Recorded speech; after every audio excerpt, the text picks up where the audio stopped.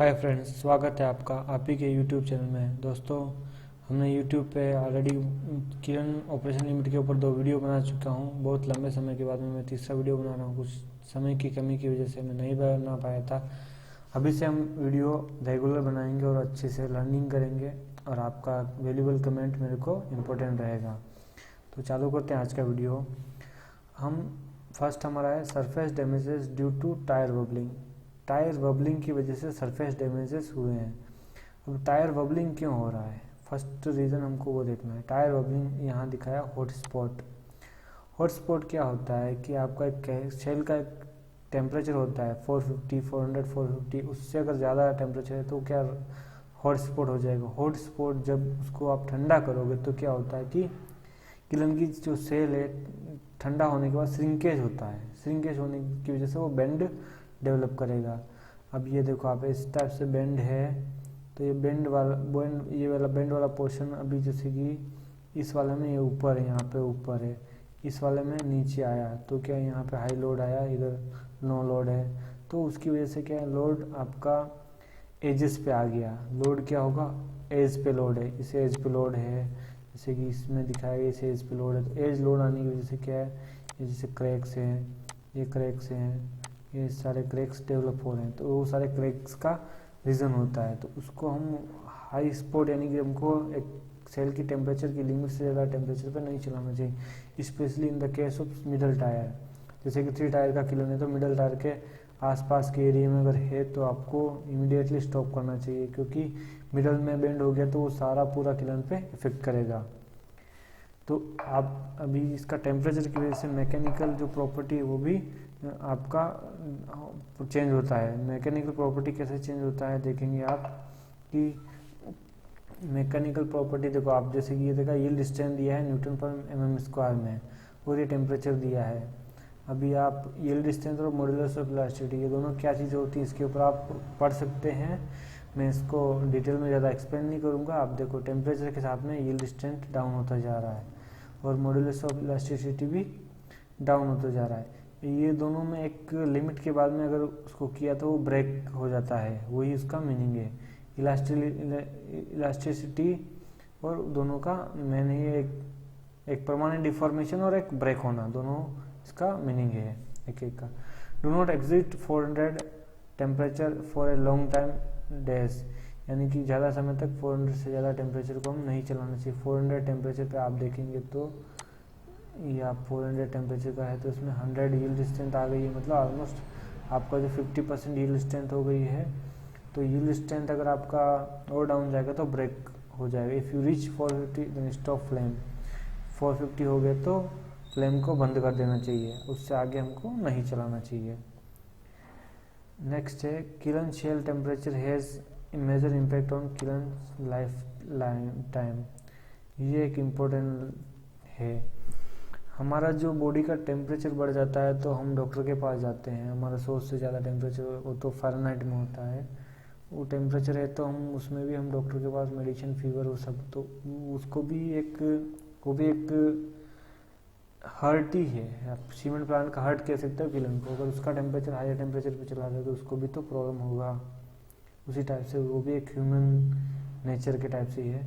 तो इसमें आप देखेंगे तो प्लास्टिक डिफॉर्मेशन के लिए आपका देखो प्लास्टिक डिफॉर्मेशन और हॉट स्पॉट और क्रैक होगा, उस केस में फ्लेम को बंद करना है। आपका ये जो दिया है 450 से ऊपर का टेम्परेचर, उसमें वेरी लो फटीग लिमिट होगा और क्रैक और क्रैंक्स होगा और उस केस में भी बंद करना है। हॉट स्पॉट आएगा, क्रैंक होगा या क्रैक होगा, उस केस में उसमें आपको फ्लेम को बंद कर देना है। आपका 350 टू 450 का टेम्परेचर में आप देखेंगे तो लोअरिंग ऑफ फटीग लिमिट्स, जो उसकी फटीग लिमिट है उसको थोड़ा कम कर रहा है। फटीग क्या होता है कि फटीग का मतलब होता है एक रिपीटेटिव फोर्स लग रहा है किसी भी एक पर्टिकुलर पॉइंट पे। अगर आप कोई सा भी अच्छे से अच्छा स्टील का रोड लिया, भले आप एक जिस भी ब्रांड का आपको सरिया अच्छा लगता है, आपको लगता है कि ये सरिया मजबूत है, उस सरिये को भी अगर आप रिपीटिव बेंड करिए, एक ही जगह से उसको बेंड करके करिए, वो कुछ टाइम के बाद में टूट जाएगा, क्योंकि रिपीटेटिव फोर्स लग रहा है ना, तो वो फटीग हो जाता है, उसको उसकी वजह से फेल हो जाता है। यही एक इसका मीनिंग है कि रिपीटेटिव फोर्स अपने को नहीं लगना है। उसमें प्रोसेस को एडजस्ट करके उसका टेम्परेचर डाउन करने की कोशिश करना चाहिए। थर्मल एक्सपांशन नॉर्मल ऑपरेशन रहता है, इस केस में आपका ये बढ़िया ऑपरेटिंग है। Shell deformation plastic shell deformation are caused by excessive shell temperature above 500 degree temperature. 500 से ज़्यादा डिग्री टेम्परेचर होने के बाद में शेल एक्सप्रेसिव टेम्परेचर हो जाता है, अपना शेल परमानेंट डिफॉर्म हो जाता है। ये परमानेंट प्लास्टिक डिफॉर्मेशन जो इसको हम लास्ट में पढ़ा था, यील्ड स्ट्रेंथ और इलास्टिक डिफॉर्मेशन ये पढ़ा था ना, मॉड्यूलस ऑफ इलास्टिसिटी, एक लिमिट से ज़्यादा अगर उसको गर्म किया तो वो परमानेंट डिफॉर्म हो जाता है। इससे परमानेंट डिफॉर्म हो जाती है शेल, आपको दिखेगा। इसकी वजह से क्या होता है कि आपका शेल यहाँ से बेंड हो गया। बेंड होने की वजह से क्या है, शेल डिफॉर्मेशन और local shell deformation reduce the brick life time drastically. जो ब्रिक का लाइफ टाइम वो ड्रास्टिकली रिड्यूस हो जाएगा और जिससे कि ब्रिक्स आपका फेलियर ज़्यादा हो जाएगा। ये एक स्ट्रेट एज है, ये गैप है, जो ये गैप है, ये गैप इम्पोर्टेंट होता है। इस गैप का रोल एक इम्पोर्टेंट रोल है। वो गैप कितना होना चाहिए, आई थिंक 8 mm। ये एक थंब रूल है, बट आपको एक्चुअल में कितना रखना चाहिए वो भी मैं आपको बता रहा हूँ नेक्स्ट स्लाइड में। ये देखो आप, इसमें दो आपको फर्स्ट और सेकेंड दो इसमें आपको दिया गया है अलग अलग situations. Sharpness of a shell deformation as a major higher impact on bricks than its amplitude, यानी कि इसकी लंबाई पूरा लेंथ कितना है और उसकी शार्प कितना उसके ऊपर डिपेंड करेगा। इसमें फॉर्मूला क्या है, x जो आपका ये गैप है x is less than L/300, यानी कि जो ये लेंथ है उसको डिवाइड बाय 300 किया तो उससे छोटा है। इस लेंथ डिवाइड बाय 300 से x छोटा है तो ओके है। और अगर no problem but need to be monitored, अगर आपका L/300 और L/100 के बीच में x की वैल्यू है, अगर x की वैल्यू L/100 और L/300 के बीच में है तो आपको उसको मॉनिटर करना ज़रूरी है, आपको अलर्ट है। और अगर x की वैल्यू ग्रेटर देन L/100 हो जाएगा, अगर L/100 से x की वैल्यू ज़्यादा है तो आपको उसको सेल को इमीडिएट रिप्लेस करने की तैयारी करना चाहिए। ये इसका बेसिक थंब रूल है, बेसिक फंडामेंटल है। मैंने आपको 8 mm बताया था, वो स्ट्रेटनेस उतना तक आपको एडजस्ट हो जाता है, बट ये आपको उसका जो एक्चुअल फॉर्मूला है, ये फॉर्मूला इसको हमको फॉलो करना है। ये दोनों सिचुएशन है, यहाँ देखेंगे तो बहुत स्मूथ सरफेस है तो ये आपको इजीली एडजस्ट हो जाएगा, क्योंकि देखो 1 2 3 4 5 6 7 8 9 10 ब्रिक्स लाइन को उसने किया है, कवर किया है। तो 10 ब्रिक लाइन में वो आपको ब्रिक के फेलियर नहीं होगा। यहाँ पे कितना 1 2 3 ब्रिक्स को ओनली एक डिफॉर्म कर रहा है, यानी कि 10 यानी कि 33% एरिया ही आपको शार्पनेस में आ रहा है। इसमें 10 से और इसमें 3 यानी कि 30% ओनली आपका फर्स्ट सिचुएशन में आपका कवर ब्रिक्स को कर रहा है, तो 30% मेजर इम्पैक्ट करेगा और एज कम्पेयर टू 10 ब्रिक्स के। तो ये इम्पोर्टेंट फैक्टर है, इसको हमको ध्यान रखना है। अभी मैंने आपको पहले बताया था कि हॉट स्पॉट्स की केस में क्या होता है। देखो यहाँ पे हॉट स्पॉट आया, ये एरिया पूरा काला हो गया। ए hot spot can cause a strong permanent crack. आपको मैं एक जनरल व्यू देता हूँ, बहुत अच्छी बात बता रहा हूँ। अगर आपका किलन रनिंग है, आप पायरोमीटर से बार बार टेम्परेचर नहीं ले सकते हैं, तो आप दूर से भी आप एनालाइज चेक कर सकते हैं कि किलन के कौन से एरिया में टेम्परेचर ज़्यादा है और कौन से एरिया में कम है। जो जहाँ पे भी ज़्यादा टेम्परेचर होगा उस एरिया में आपको डार्क सा दिखेगा as compare to other portion kiln के, तो वो पोर्शन में आपको टेम्परेचर ज़्यादा है। आप थोड़ा सा उसके पास में खड़े हो, दूर से भी खड़े हो के आप उसको देखेंगे तो आपको रेगुलर अगर आप उसको देखेंगे तो आपको ऑटोमेटिकली फील हो जाएगा कि उस एरिया में आपको टेम्परेचर ज़्यादा है। अगर आपको अच्छा उसका कंडीशन मॉनिटरिंग है, आपका रेगुलर आप उसको मॉनिटर कर रहे हो, रेगुलर एक किलन को देख रहे हो, तो आपको दूर से आपको पता चल जाएगा किस पार्ट में आपका ज़्यादा टेम्परेचर है। तो इसका एक छोटा सा एक्सप्लेनेशन दिया। During cooling down the hot spot will start to apply a huge shrinkage force. मैंने आपको पहले बताया था कि जब ठंडा होगा तो वो श्रिंकेज फोर्स लगेगा, उसकी वजह से क्या है, उसकी स्ट्रेटनेस में अफेक्ट होगा और क्यूलिन की ट्यूब को अफेक्ट करेगा और the location cause at the middle tyre के कोर्स में it will cause A crank, ये क्रैंक के जैसे हो जाएगा, ये ऐसे क्रैंक के जैसे हो गया। तो वो एक पार्ट है जिसमें क्या है, यहाँ पे लोड नहीं है, यहाँ पे हाई लोड है, यहाँ पे लोड लो लोड है, तो जहाँ पे लोड ज़्यादा होगा वहाँ पे आपको डैमेजेस ज़्यादा करेगा। अभी है गर्द gear changes in central distance, गर्द गियर की सेंट्रल डिस्टेंस में चेंज, ये नॉर्मल कंडीशन है। इसमें क्या है आपका ये रूट गैप और बैकलैश दोनों ऑलमोस्ट नॉर्मल है। रूट गैप होता है 30% ऑफ द मॉड्यूल, यानी कि जैसे कि 30 मॉड्यूल है तो 9 होना चाहिए, और बैकलैश 2 से 3 mm होना चाहिए। इस केस में क्या है, टू स्मॉल सेंट्रल डिस्टेंस, आपका जो ये पीसीडी है दोनों का, इसका पीसीडी और इसका पीसीडी दोनों आराम से मैच करके जा रहा है। इस केस में क्या है, इसका पीसीडी ऊपर से जा रहा है और इसका पीसीडी नीचे से जा रहा है, यानी कि मैच नहीं हो रहा है। तो ये क्या कर रहा है, आपको ज़्यादा इसका बैकलैश बिल्कुल नहीं और रूट गैप भी बिल्कुल नहीं है। तो उस केस में क्या है, बहुत ज़्यादा लोड आपका डेवलप होगा पिनियन के ऊपर, ये केस में। और थर्ड केस क्या है कि इस केस में बहुत ज़्यादा लोड होगा तो उससे क्या आपको पिटिंग, आपका लोड बढ़ेगा तो क्या आपका जो मेटल की प्रॉपर्टी चेंज होगी, पिटिंग में डेवलप हो जाएगा, डीप पिटिंग हो सकता है, या फिर जैसे यहाँ पे मार रहा है तो यहाँ पे ऐसे एजेस शार्प हो सकती है, और यहाँ पे रूट स्टेप्स डेवलप हो सकते हैं, वो सारी चीज़ें डेवलप होगी। तो उन सब वो एक बाद में वाइब्रेशन का रीज़न होगा, वाइब्रेशन के रीजन में आपको रिफ्लेक्ट होगा। टू हाई सेंट्रल डिस्टेंस, उसका सेंट्रल डिस्टेंस बहुत ज़्यादा है। देखो इसमें देखेंगे तो यहाँ पे इसका पीसीडी जा रहा है, इसका पीसीडी यहाँ जा रहा है, तो क्या है अभी इसमें आपको 3 केस है। ये आपका देखेंगे तो एकदम मिडल में उसका लोड लग रहा है, एकदम मिडल में आपका टीथ के, इसके भी और उसके दोनों मिडल में एकदम बराबर, जो जहाँ पे हायर पोर्शन है, हायर विड्थ का पोर्शन है, वहीं पे ज़्यादा लोड है।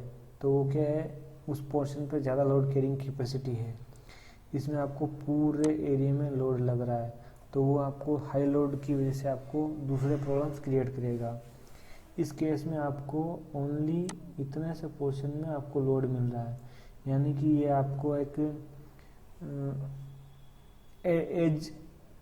एंड पे फोर्स लगेगा, उसकी वजह से क्या है यहाँ पे फोर्स लगेगा, तो ये चांस है आपको टीथ को तोड़ देने का। High relative movement of tooth plane, bending movement in tooth, यानी आपका टूथ को बेंड कर सकता है और वो तोड़ भी सकता है in case of high vibration. तो वो एक आपको टूथ को डैमेज कर सकता है, ये सारी चीज़ें उसमें आपको हो सकती है। अभी हम गर्द गियर का रनआउट की लिमिट्स के ऊपर बात करेंगे। एज इंस्टॉल और नी रीअलाइनमेंट, एक जस्ट जनरल फॉर्मूला है, उसमें 0.07 इंटू मॉड्यूल और 0.003 डी माइनस 0.05, ये इसका आपका इंस्टॉलेशन है, इसमें रीअलाइनमेंट के लिए होना चाहिए। बट 0.5 से 0.65 तक से ज़्यादा आपका ये नहीं होना, mm में नहीं होना चाहिए इंस्टॉलेशन के समय पे। ये एक इंडक्टिव सेंसर है, ये सेंसर इससे ये एक्चुअल में रनआउट चेक करने के लिए, रियल रनआउट चेक करने के लिए इसका इंडक्टिव सेंसर है। दोस्तों इस वीडियो में ऑलमोस्ट लास्ट स्टेज पे हम गियर विथ इंक्लिनेशन एरर, जो गियर का है इंक्लिनेशन एरर, आपका गर्द गियर का ये स्ट्रेटनेस है और पिनियन का ये स्ट्रेटनेस, इसकी वजह से आपको ये कौन डेवलप कर रहा है, उसकी वजह से क्या है आपको इस एज पे ओनली ज़्यादा लोड लग रहा है। उस लोड की वजह से क्या high load on pinion pinion और गर्द गियर की एक ही एज पे ज़्यादा लोड होगा, तो उसकी जगह से वो तोड़ने का चांसेस रहता है।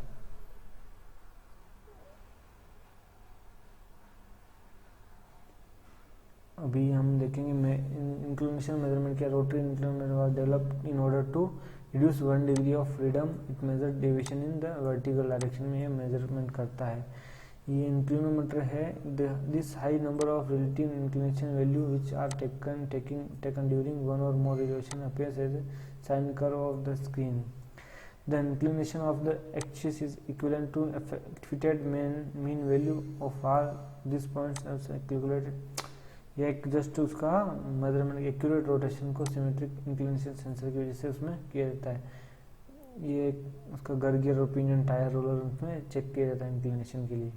ये इसका इंक्लिनेशन सेंसर रिमूवर है, मैग्नेट पॉइंट है, ये आपका सेंसर है, ये आपको चार्जिंग प्लग इसमें दिया गया है जस्ट नॉर्मल।